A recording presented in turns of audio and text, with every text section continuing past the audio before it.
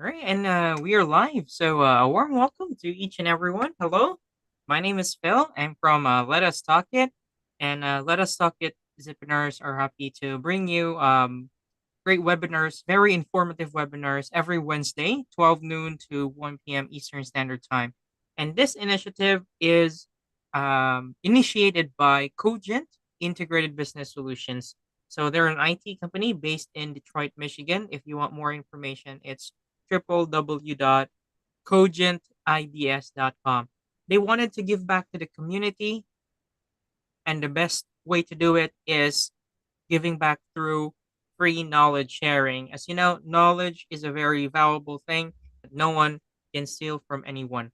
And also, not just knowledge, it's the value that we bring with the guest speakers that we invite as they share the knowledge and the ideas that is already part of their life, their personal experience, which is very important.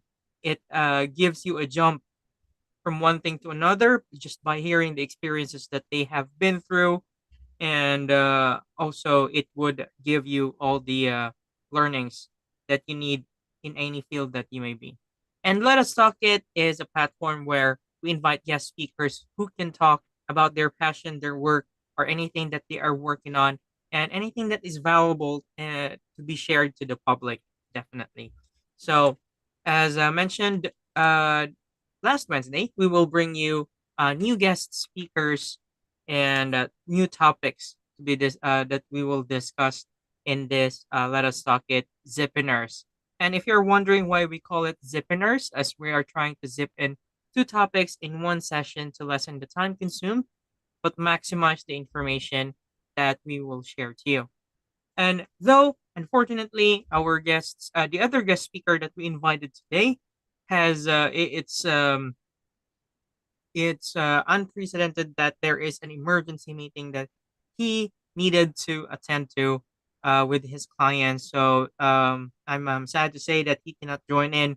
But the good thing is that we will have the full hour for one of our guest speaker who is a seasoned professional and has lots of experience already that he can impart the information to us. But before that, let me just introduce the topic that we will be talking about today. So the topic is simple. It's growth mindset. It is the belief that intelligence, abilities, and talents can be developed over time through effort, learning, and perseverance. And this contrasts with a fixed mindset where people believe their abilities are static and unchangeable. Adopting a growth mindset helps in personal development, career success, and building resilience in the face of difficulties. And it applies to individuals and organizations. And to speak about this topic is an Indian Air Force veteran, former Vice Chief of Air Staff, so VCAS, Indian Air Force, who is Air Marshal Anil Khosla. And he's retired already, but definitely has impacted a lot in his industry. And he is a distinguished alumnus of the National Defense Academy, was commissioned in the fighter stream of the Indian Air Force, and his career marked by over 4,000 hours of accident free flying is a testament to his exceptional skills and dedication, and his expertise on various aircraft, including the Jaguar, MiG 21, and Kiran, and his proficiency in both ground attack and air defense roles, particularly in the maritime role, set him apart in the Indian Air Force. And we are very glad to have you today, Air Marshal Anil Costa. And I'll be giving the floor to you to start with your chosen topic for today. Thank you. Thank you very much. Can you hear me clearly? Yes. Yeah, so thank you very much for this opportunity to interact with you and the viewers of your channel. And today I learned also why you call it Zipinar because Zipinar, because everyone keeps asking me why is it not webinar and why is it Zipinar. So now I know. Now I can answer it. Okay. And also thank you for the kind words which you have said to for me. And I'm going to talk about a very, very important subject, which you have already introduced, that is a growth mindset. And what I'm going to speak is not from the books, but mainly what I've gathered in the 40 years of my service in the Indian Air Force. And it is also, how an organization is run, how an organization's growth mindset is developed. So I'll be drawing from my experience of 40 years in the Indian Air Force. So this subject actually is too vast. We can speak on it for hours, if not days. There are so many facets, so many aspects of it, so many key determinants that we can speak hours and hours on this topic. And but I'll not bore you with long discourses. So what I'll do is I'll just tag issues, and maybe in the question answer session subsequently we can interact and dilate more on some of these issues. Okay, so you have already introduced the topic of growth mindset, and you mentioned few of the qualities like intelligence. So I'll add, skill levels, then ability to assimilate knowledge, then comes converting that knowledge into wisdom, then ability to work, then ability to achieve. All these, factors directly affect the growth of individual as well as of an organization. Now there are two mindsets. One is called a fixed mindset and one is called a growth mindset. So fixed mindset is, people feel that these qualities are carved in stone. These qualities are, born with you, and they are limited. So I feel that is a defeatist attitude, and they feel that this cannot be changed. So that is fixed mindset. And the people with fixed mindset find more hurdles in their growth, in their trajectory, in their life. So growth mindset is, people who feel that these qualities can be changed and these can be enhanced. Not only change for the good, that means enhanced. And the famous saying is, you are your own life's artist. What it means is you can paint your picture of your life the way you want it. You can live the life the way you want to live. So these are the two types of growth, two types of mindset: the fixed and the growth. And growth mindset is obviously, optimistic and with mindset which achieves results and grows. So what I'm going to do today is I'm going to touch upon few of the factors or aspects related to growth mindset. And then I'm going to talk about, growth mindset with respect to individuals, number two, the leaders, and number three, organization. Why I've chosen this sequence is because the individuals definitely, make the organization. And if you have individuals with a good growth mindset, obviously the sum total of their growth mindset will add to the organizational mindset. And why I kept leaders in between is because they are the interface between the people working in the organization and the organizational goals, and they have a very important role to play. So this growth mindset of the individuals, of the leaders, as well as the organization is a very, very important aspect. So I'll cover a few things related to those. So let's start with the first part, that is the key aspects related to growth mindset. So first is, I was doing some research on uh, leadership and related topics to not exactly growth mindset, but related topics. And you know what? I came across a very good, you know, site with a whole lot of quotes, and there were quotes from various rich and famous people like Henry Ford, Warren Buffett, Elon Musk, Bill Gates, and Thomas Edison on various aspects of life and work and failures, mistakes, and various aspects. And I did some research and tried to find a common denominator. And Anthony, what if I found out? I found out that all these people who are rich and famous for various reasons, they have three things they were common in their quotes and in their views of life. The first one was live your life, do what you love and love what you do. That was the theme of main quote of theirs.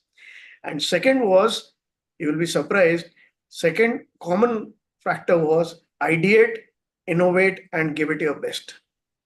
You know, ideate, innovate, decide, and give it your best. So this was the second. And third one was that mistakes and failures are part of the process. Don't give up, get up, learn, and try again.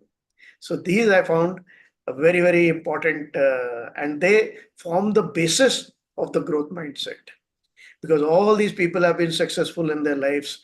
And this three quotes give the summary of the mindset of these peoples.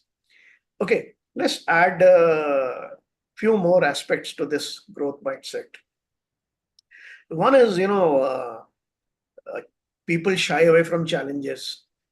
Challenges, what I say is slightly difficult situations. So generally, you want to take the easy path. So, but growth mindset people view challenges as opportunities. So when you come across difficult situation, take it as a challenge, take it as an opportunity to prove yourself, to do well, to let your organization grow, and take it head on. Catch the bull by the horn, and that is one. The second is, opportunity. They say always knocks very softly. So you have to be ready to grab that opportunity. Otherwise, if you don't look out for that opportunity, you might miss it. The third is that effort is the key. Is the first step, which is the most difficult. And so once you have grabbed the opportunity, you have embraced the challenge, now put in your effort. And don't be shy. Take the first step. Automatically, your subsequent journey will start. Then, next most important factor is, once you've started the process, persist on it. That is persistence and resilience. They are very, very important. So persist on your path which you have chosen. Don't give up with small hurdles. And second is be resilient. That means adapt to changes. Whatever problems you face, take them head on. Okay, solve them and continue. Be adaptable, be flexible, and continue with your quest for whatever goals you have set for yourself. Okay, having said that, now uh, other aspect is a lot of people, you know, shy away from doing the job because, and they blame it on others, saying that okay, I have not been, given the wherewithal, or I don't have it, I don't, I mean, have the know-how as well as the infrastructure for to deal with it. So one needs to learn how to play the hand. Like they say in the cards, you have to play with whatever is dealt to you. So in life also, you know, certain cards are dealt to you, certain things are with you. The rest you have to create yourself. So learn how to play with your whatever you have, whatever cards have been dealt, and then grow and develop on that. Okay, then there is a very, very good growth mindset lesson from sailing. The sailing over water. So in a sailboat, it is not powered. So the lesson is, you when you're sailing, you can't change the direction of the winds. Whatever winds are there, they are there. So you cannot change the direction. So what do? You adjust your sails so that your boat goes to a sailing boat goes towards your destination. So in life also, if you can't change your circumstances or the environment, then adjust your sails so that you head towards your goal. So that's a very, very good lesson from and a very important aspect related to growth mindset. So far with me? So far with me, understanding what I'm saying? Anthony? Can you hear me? Okay, I'm not. Yes, sir. We can hear you. Yeah. Okay, There is okay. some issue with the. Okay, I just wanted to some flyback, some sort of feedback. Okay, you're listening and people are listening to me. Otherwise, these online podcasts, this is the problem that, you don't know You don't have eye to eye contact with the people, so you find it difficult to comprehend whether what you're saying is going through or not. Okay, so if you can hear me, I will go ahead with the second part of my discourse. That is, uh, I have there a are yeah. I'm yeah. sorry. Sorry, I got you off. So, there is some concern in the growth mindset that like they say it's oversimplified to just like trying hard, like ignoring the importance of effective strategies, quality of effort, and realistic expectations. Like, can you share your view on it, or have you had a like experience that you can share example? Yeah, I will be covering few examples also. I'll be coming to that. So I'm still on the first part. So the second set of key aspects related to growth mindset are, one is pursue happiness. All right. And whatever you're doing, you should be happy with it. That's why, if you remember what I said, these rich and famous quotes, they said, do what you love and love what you do. Okay. Second set of rule is, or the aspect is related to learning is a continuous process. Okay. And keep doing new things.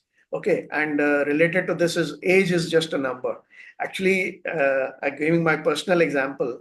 Whatever I learned in the service quite a bit for 40 years. And as I grew senior in the rank, I learned more and more, my horizons widened.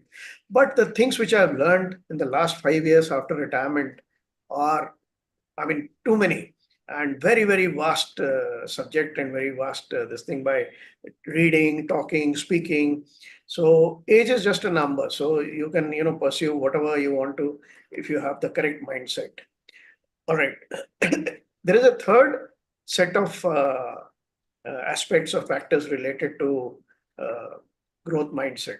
One is, there are thinkers and there are doers. That is one who ideate and think how to improve things. And second, doers are who actually execute.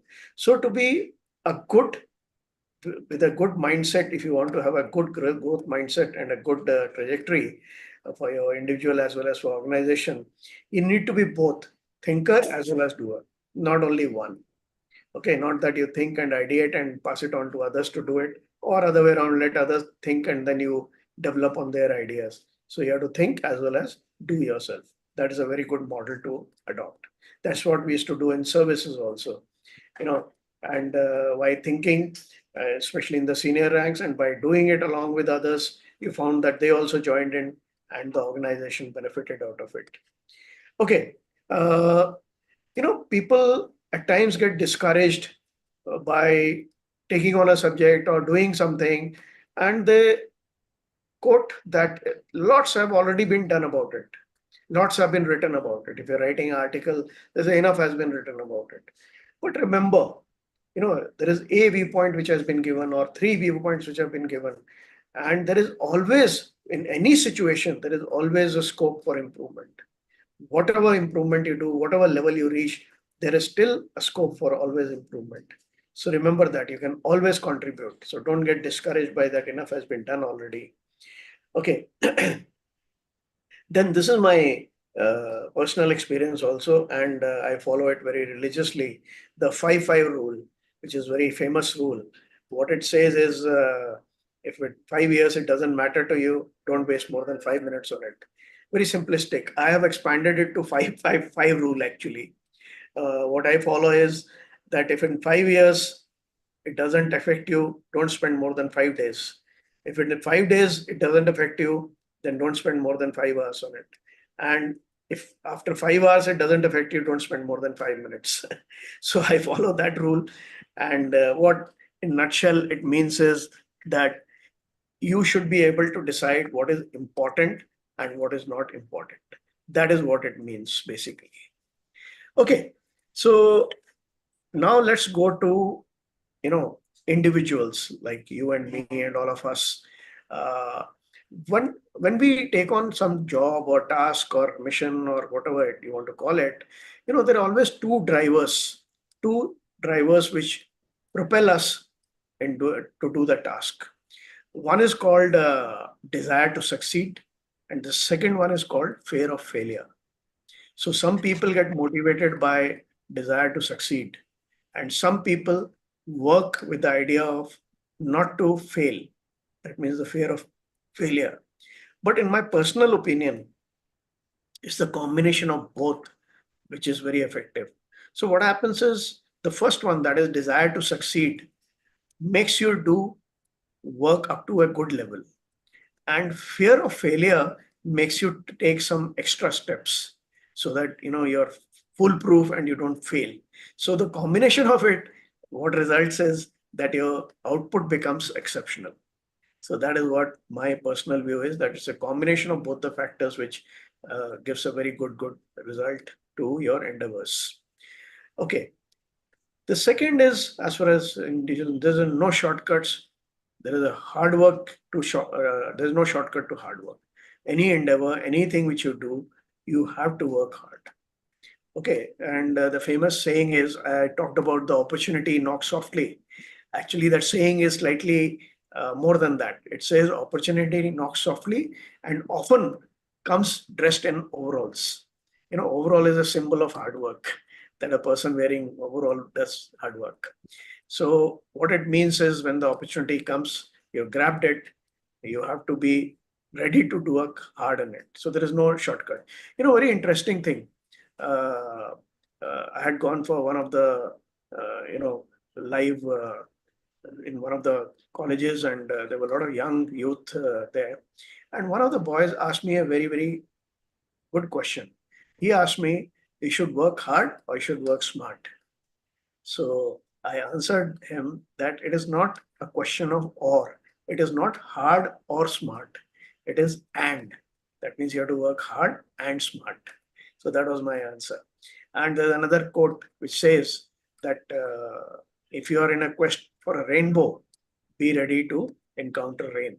What it means is that hardship will come. You work hard and overcome them in case you are looking for something. All right. Uh, Success, is measured by various means. But there is one common denominator as far as success is concerned is success is not given. People think that, people say that, oh, he is born with a silver spoon in his mouth. Fine.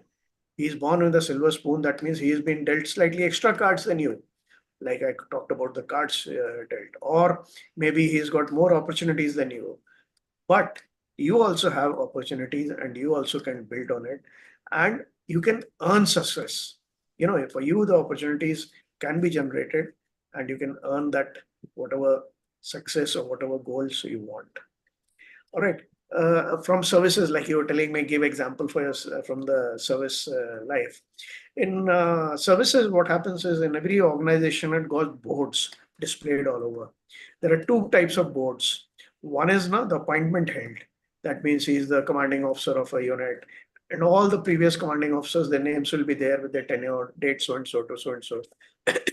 And the second types of boards which are prevalent in the services in various offices and are, honor boards. That means whatever awards and you have won, whatever, you know, this is called honor roll. So my take on these is, the appointment board has got two connotations. One is, your name is there. So that gives you opportunity to be a good leader, that organization. But doesn't mean that you're already a good leader. Good or bad leader depends on what you do in that, what you do with that opportunity, what you do in that appointment. So my take on it is that board, when people see after you are left, they should remember you as a good person, remember you that, okay, what all good you did, and not other way around. And honor boards, I, your name should appear on the honor boards. That is so that you have a growth mindset. It proves that, and you always try to create new things, and you leave a footprint wherever you go. So that is what that board, name on the board means. All right. uh, in life, a growth mindset requires that you balance your life. That means my famous quote, which I tell everyone, is that work hard and play harder. So what it means is maintain a balance between work and recreation or play or your personal aspects or your family. So both have to be balanced. If you don't balance them, your life will not be successful. Your growth will be temporary. All right. Also, you should have balance between content and presentation. So what I mean is, for example, if you've written an article, say, if you've written a story, if you've written a piece, then what are the content that should be, that is important, of course, but the presentation also matters. There are no grammatical mistakes. It looks very nice. Looks the same goes first impression. If the balance is not maintained, it will not make that impression. All right. And the most important aspect of individual growth mindset is that you need to have courage and toughness. And why I put courage and toughness both together is that it is both, you should have physical as well as mental. That means physical courage as well as mental courage, physical toughness as well as mental toughness. In some terms, it is called, you know, IQ and EQ. That means along with IQ, intelligent quotient, you should also have emotional quotient also. So these are words which are related to each other. And mental toughness, you know, can be enhanced. Like we said, growth mindset people are one who feel that their faculties, their qualities can be enhanced. So similarly, very important that your mental toughness or the emotional quotient can be enhanced. There are various tools, various ways of doing it. I will just name a few of these. One is always retain control of yourself. Don't lose control over your temper, your behavior, your uh, you know demeanor. So keep maintain your control. Second is, learn from mistakes. This learn from mistake you'll find coming in three or four places with references, and don't give up. All right. uh, Learn to let go. What it means is past failures and all, learn from it, but don't carry on brooding over them. If you play golf, they say that don't play the previous shot or don't play the previous hole. Whatever mistakes you've done earlier, I mean, don't remember them, forget about it, learn from it, forget it, and now you play the next hole with clear mind. So similarly in life also, learn from it and then let go. All right. It also says learn to say no. These are all aspects which can enhance your mental toughness. That means you can't please everyone. So, where required, you should be able to say no. All right. Then, most important is people have an escape route by, okay, I couldn't achieve this because of so and so reason. I couldn't achieve it because of so and so didn't help me. I couldn't achieve it because these resources are not with me. These are all called blame games, escape routes. So, avoid these. All right. Most important is no self pity. Okay, that is the most damaging aspect of mental toughness. All right. Uh, then avoid analysis paralysis. Analysis paralysis you must have heard in the corporate world. That is overthinking. That means you are thinking so much about the outcome and other things that you decision making capacity or the decision making suffers. So that is what is called analysis paralysis. All right. Do not be in a rush. Think it over, think over things, and then take those steps. All right. I'm taking more time on individual aspects because these are very, very important. And each individual, if he develops this growth mindset, he will not only make his life better, he will make life of his family better as well as make life of the organization for which he is working better. That's why I'm taking more time on individuals. All right. There are certain transferable skills, which they say.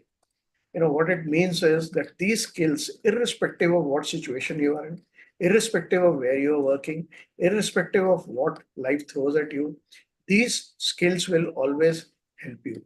And if you develop these skills, people will look forward to have you in their team. So these are called transferable skills. One is problem solving skill, and it's an art. It can be enhanced, and it's an enhanceable trait. They say in puzzle solving that you simplify the puzzle or the problem to such an extent that the answer stays in your face. So that is a strategy used for puzzle solving. Similarly, problem solving in life. Second is analytical ability, ability to analyze the situation and ability to analyze uh, where you're heading and how you're heading and what you're facing.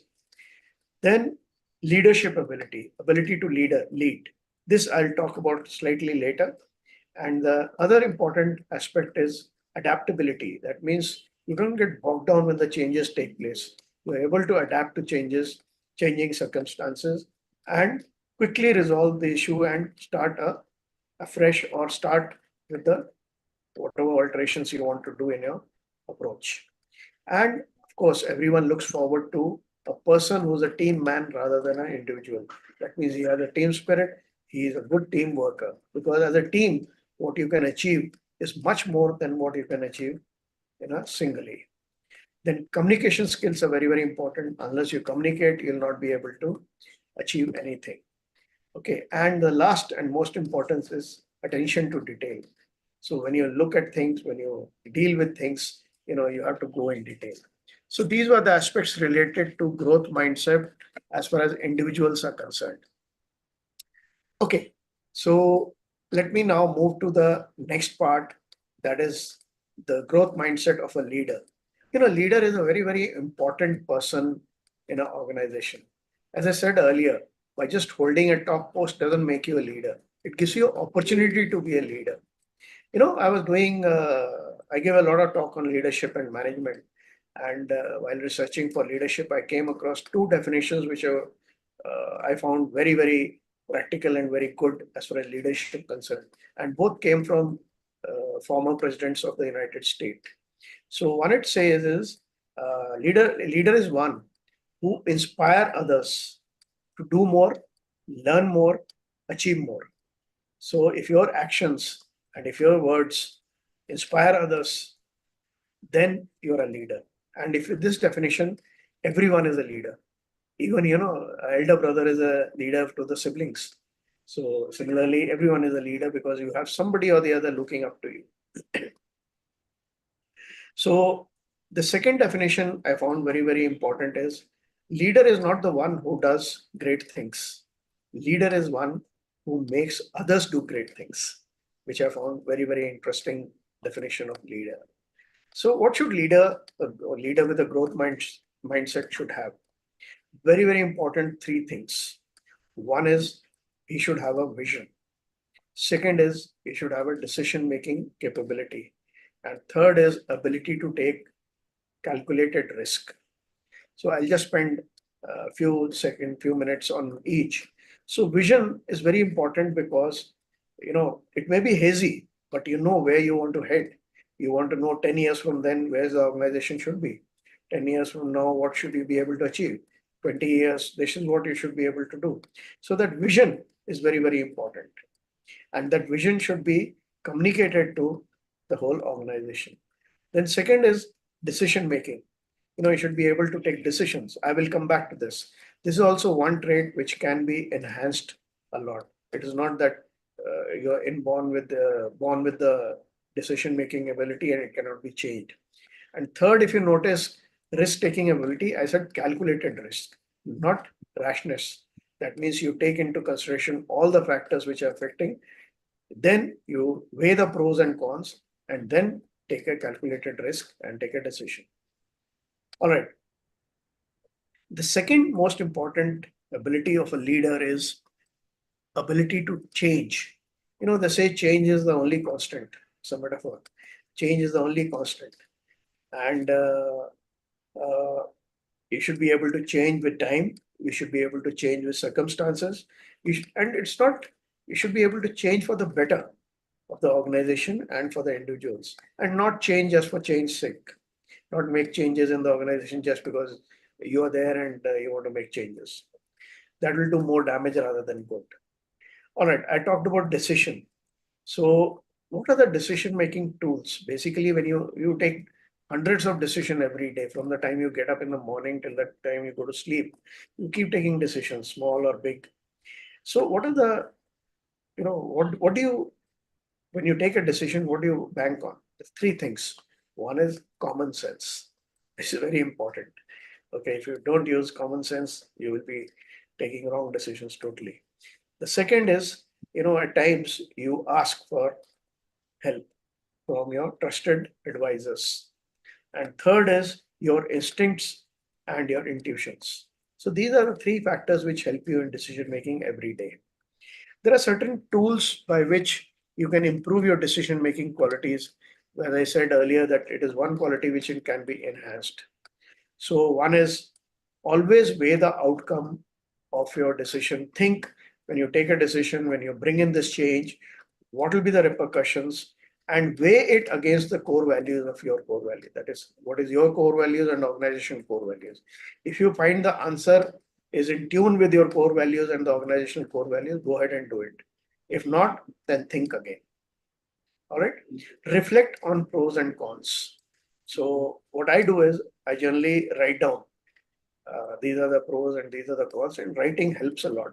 Actually, I started doing this on my own. Later on, I learned, as I said, after retirement, I learned a lot thing that there is a law called Kipling's law, which says that if you write down your problem and your pros and cons, half the problem gets solved easily. All right.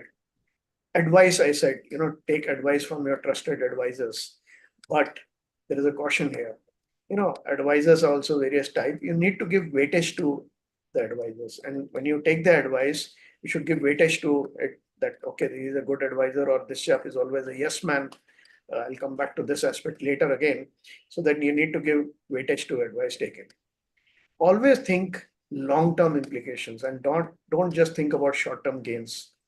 Otherwise, you will do more damage to the organization and individuals if you just look at the short-term gains.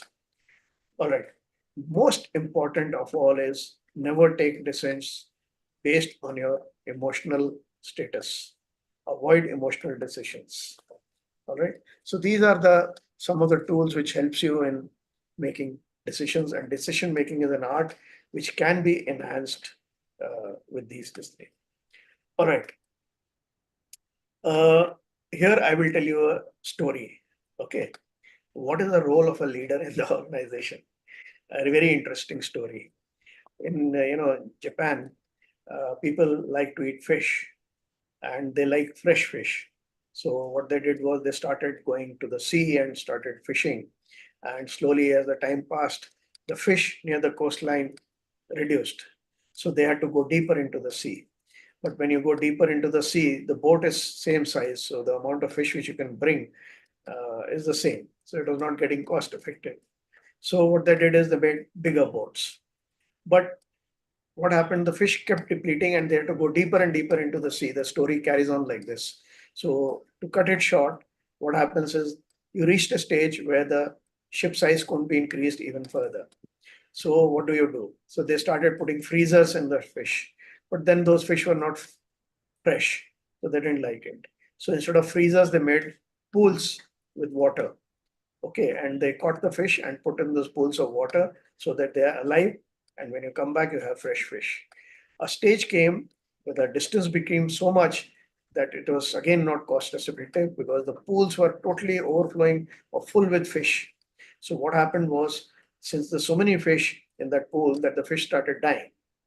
So now what do you do? So now you reached a stage where you're far enough into the sea. You got ship which is big enough, you got pools, but the fish are dying. So there is no solution. So what do they think of? What they did was they put few sharks in those tanks in the ship. So what happened was these sharks, they kept the fish on their toes. These fish were thrashing around so that to get away from the sharks. So few got eaten up, but rest all came back and they were fresh for human consumption. So that is what the story is called, shark in the tank. So leaders' role is that of a shark in the tank, not for eating the fish, but what it means is in a different connotation. What it means is that in any organization, there is an optimum level of activity. If you have too much of activity, then it will cause a burnout of the individuals. And if you have too less in activity, the people's output goes down because of boredom and lack of challenge. So leader is like a shark in the tank, which he keeps the tank at an optimum level of activity. So this is the story, and this is a lesson learned for the leader when he's running an organization. All right. So that is as far as leader is concerned. There are two or three other advices for leaders. One is, you should think big and think long term, and not get into zero error syndrome. Again, the third time I'm mentioning is that mistakes do happen, failures will happen. It is part of the life. It is part of process. Learn from it, get up and move on. All right. Be strong in tough situations. That is very, very important. A weak leader, you know, does not have a growth mindset as far and not good for the organization. So that is the importance of the leader. All right. Now I'll get into the last part of my talk. I think I'm talked enough, and maybe look after question and answer session after this. And I'll go quickly on this fourth session. Once again, I'll tell you a story. Not story exactly. This I have devised myself. That everyone owns a car or been in a car. So I call it a car theory of organizational management. What happens in a car? To go from place A to B, you know, you do various things in the car so that it runs properly, it heads towards the destination, and it moves smoothly. Similarly, in an organization or in life, you need to learn from that car. So one is, cars, tires, all the tires you maintain at a same pressure. So what it means in life also, whatever individuals you have, whatever sections you have in your organization, make sure that they're the same pressure of activity. They are working at the same level, and they need to be checked frequently. Second is you do wheel alignment. Similarly, in life or in organization, your all the elements should be organized, should be in sync towards your stated aim and goal. Then you do wheel rotation. Okay, so that the wear and tear is same. So similarly in an organization, if you keep a person in one of the job for too long, he starts, his output goes down because of repetitive boredom. So you need to rotate for the growth and of the individual as well as for the growth of the organization. Then you do wheel balancing. What it means is that you're balancing the wheel. Similarly, individuals also need balancing. What it means is they need to have the wherewithal. That is your responsibility of the leader. Train them, equip them, give them the equipment, give them the time, give them the wherewithal. Then, last and most important is there is a spare wheel in the car. Similarly, in an organization, you should always have a plan B, a backup plan.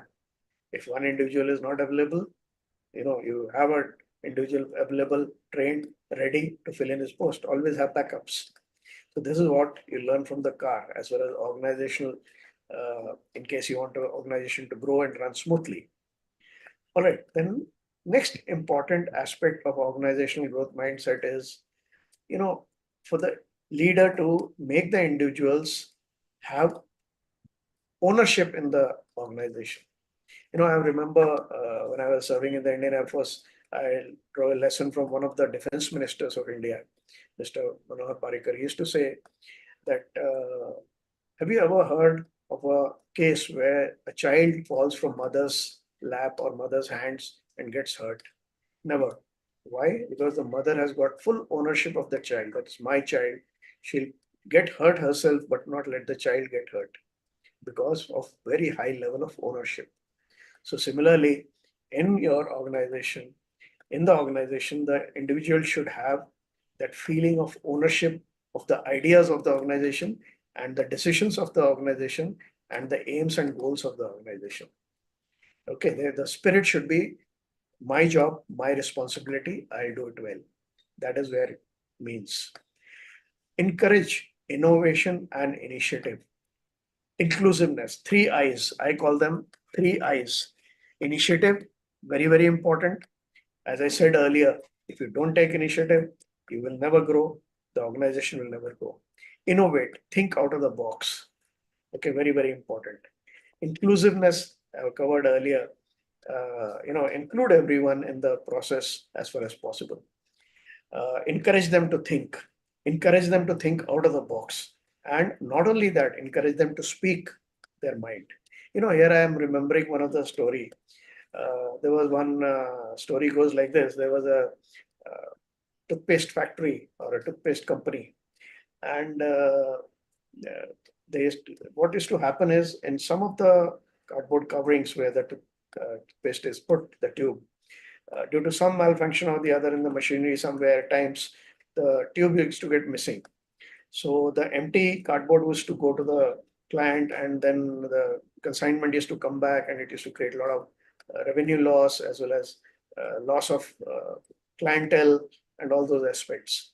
So all the top lot of the company got together in a room, put their heads together, uh, did brainstorming, and spent millions of dollars and came out with a solution that on the uh, escalator or where the product is going, you have some sort of a weighing area, and it get weighed automatically. In case the weight was not correct, the escalator or the movement would stop, and a person could come and remove that faulty uh, cardboard carton. So the results were good. So this started, and in a week, first day they found so many X number of faults, and it carried on. But what they realized is after 1 week, the numbers dropped suddenly, and they couldn't find any problem with the this thing. So the top lot got worried, and they went to the workshop floor to find what is happening, and they found to their amazement that on the escalator where the product moves, just before the place where the $1 million equipment was put to check, there was a small table fan put. So the top lot asked the supervisor, floor supervisor, what is this? He says the man who's responsible for every time the escalator stopped, the man who's responsible to come check and remove that faulty part got fed up of walking up and down, and he just put at this table fan. So what happens is that empty carton, when it comes, because there's no weight on it, it gets blown away, and the problem is solved. So he doesn't have to walk. So moral of the story is that a solution could come from a very low worker. So that is what I said: inclusiveness, initiative, innovation, and inclusiveness. That means include everyone in the process, especially in problem solving, and you'll find solutions coming from unexpected quarters also. All right. Uh, I've already covered to some extent teamwork, which is very, very important. And that is where you can learn from the services, from the Army, Navy, Air Force. They believe in a lot of teamwork.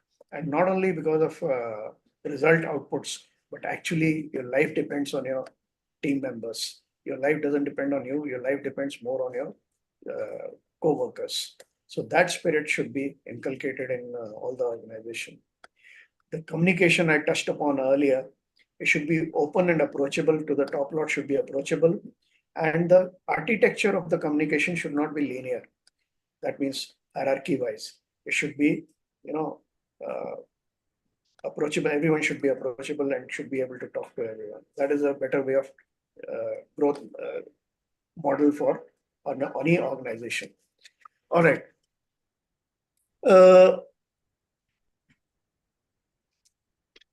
they say, a lot of times you have competitors in your organization dealing with the same project or same product or same goals and aims, but other companies doing better. So what do? You start brainstorming. Okay, what? So simple way to start is, to say that in your competition, when your competitor is doing well, obviously he is doing something which you are not doing. So that is the starting point. Very important this thing. All right, I think I have talked enough. I will maybe give a chance to others in case they have any questions to answer it. And as a last parting idea or thought or a belief, actually it's more of a belief that all this is fine. The bottom line is, as a leader or as a senior or as an individual or worker in the organization, one is don't lose your sense of humor. Okay, that is very essential. As I said, balance in life. And second is keep that child in you always alive. Okay, so with these two, you will achieve the balance in life or in your work, whatever you're doing. With that, I have touched upon quite a few aspects. And in case we have time and in case your questions are there, I will maybe deliberate and expand on them, dilate on them. Yeah, thank you once again for patiently hearing me out. Yes, definitely, Sir Anil. That's a really wonderful topic that you have shared with us today. And yes, we are open for questions. We have still a few minutes to spare, like yeah, before we before the closing of the webinar, but we can extend if needed. If there are really questions with lengthy answers, so make sure you open your mic or you can type it in.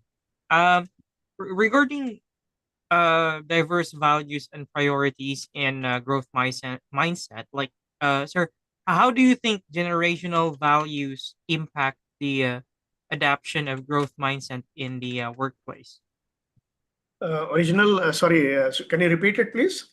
Yeah, the how do you think the generational values impact the adoption of a growth mindset in like the workplace? Yeah, uh, very true. So, actually, to my mind, values remain same. And what you're talking about, generational changes, are not changes in the value as such, as far as work culture is concerned. Yeah, of course, the circumstances they affect the way you look at these values. All right.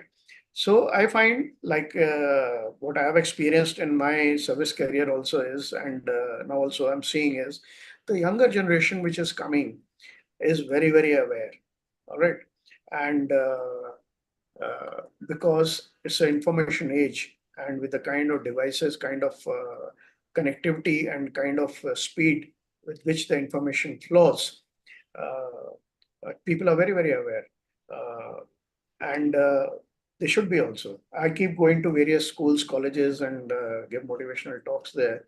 And I find that kind of questions they're asking, we were not even aware of those questions till we were about 25, 30.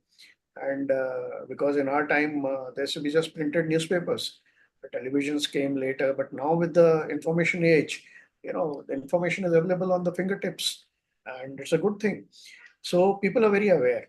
Now, how do you adapt to that? You have to deal with the current people who are working with you, and you have to take these things into account. So I'll give you a very good example, which I also followed in the service as a leader. You know, there are various types of leaderships. One is autocratic, one is democratic, one is situational. Autocratic is, you order, okay, this has to be done, it has to be done, like in services, especially in the army. Okay, democratic is you take into account everyone, views and everything, and then take a decision based on a general consensus. And situational is varies from situation to situation. In certain cases, you have to take an autocratic decision because the situation demands it. And in certain cases, you can go from democratic way or inclusive way, so that ownership of the idea is there and people's involvement is more. But with the new generation coming in, as I covered, you need to change your leadership, what I call it, from tell type to sell type. Okay, tell type is that okay, you're telling them what to do and when to do it. And cell type is that you're not only telling them, you're also explaining them why you're doing so. That is why that work is being done and why it is being done in such a time frame. What will be the repercussions, what will be the outcome, and what will be the good things which will come. So by explaining to the person, now he's much more aware, his involvement will increase. You can go one step further than this. If you can involve the person in decision making, that is where the ownership of the decision comes in.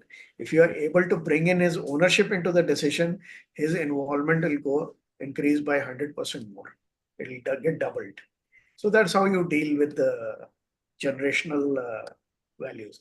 And second is you have to understand that okay, whatever person, whatever values he's following, why is he following? Because of the changes which have taken place, and not try to thrust your views or thrust your values onto him, but explain to them that these are the pros and cons of these values, and this is where you need to head, and this is where you need to follow.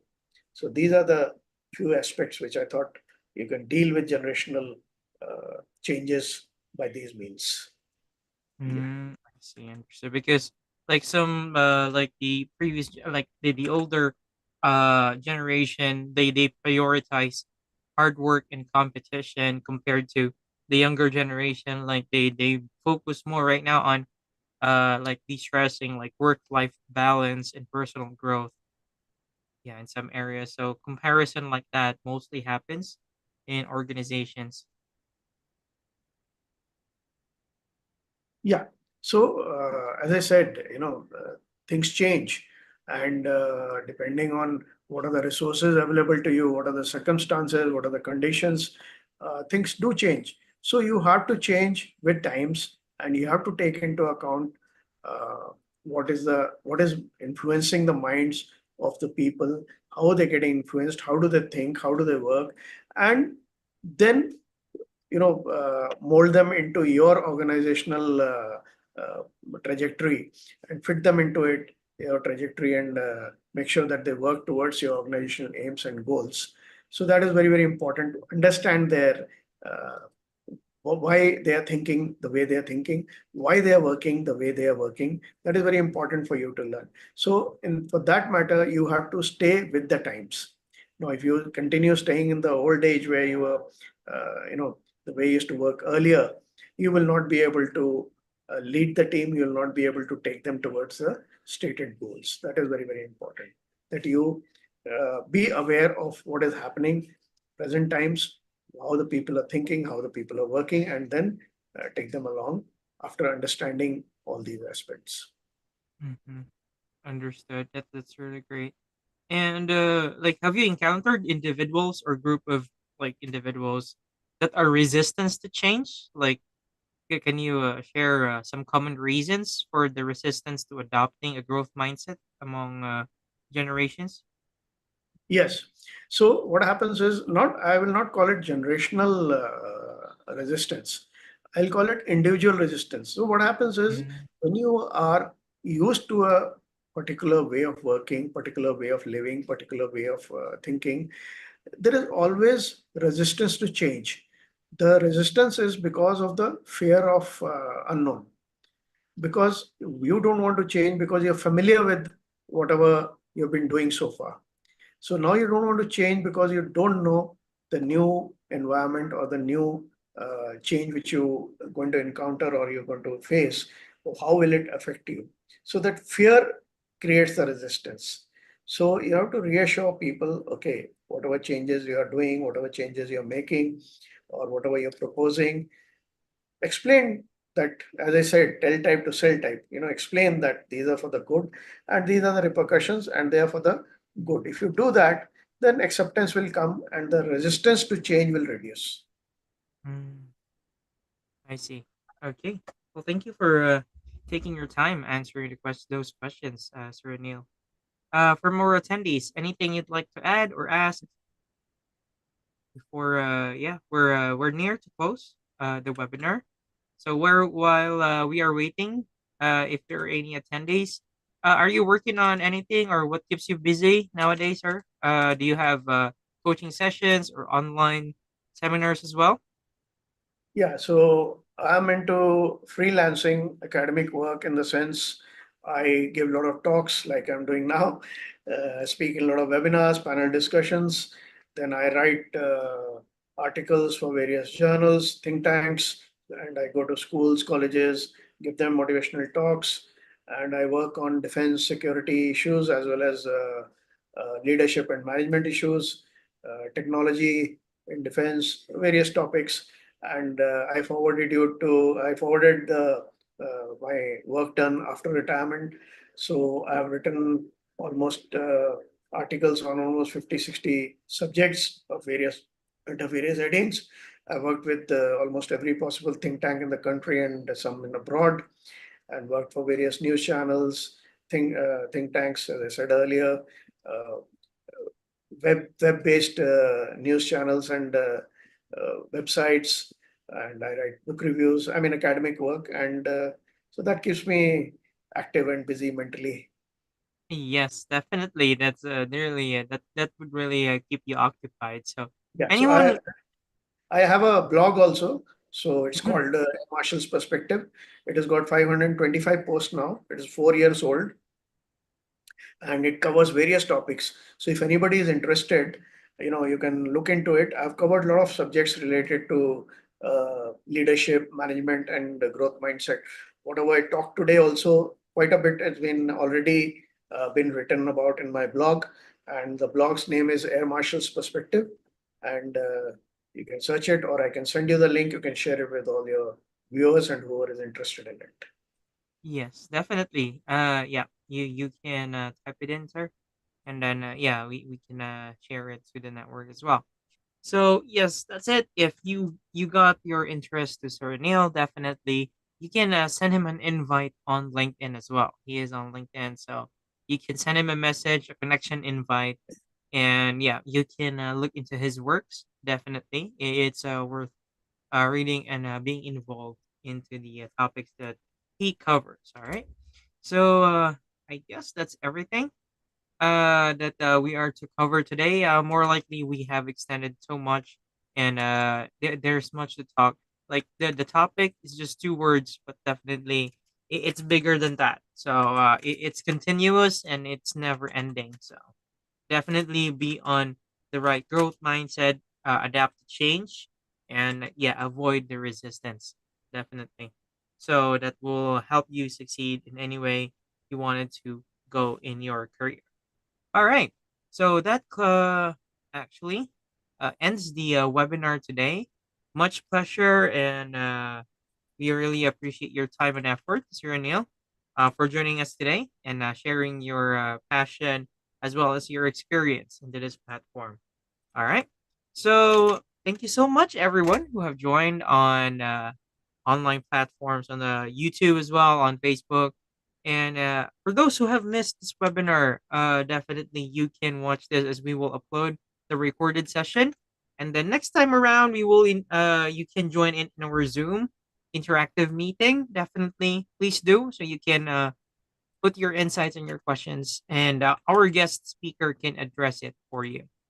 All right. So this webinar or Zipinar happens every Wednesday. So we invite you again next Wednesday, the same time, 12 noon to 1 p.m. Eastern Time. And we'll bring you two new topics and two new guest speakers to share what they are passionate about. And yeah, so that's it. So again, thank you so much, everyone, for joining in. And thank you, Sir Neil. Much pleasure. It's an honor to have you on our platform. And take care, everyone. And see you again next Wednesday. Bye for now. Thank you, and all the best. All the best.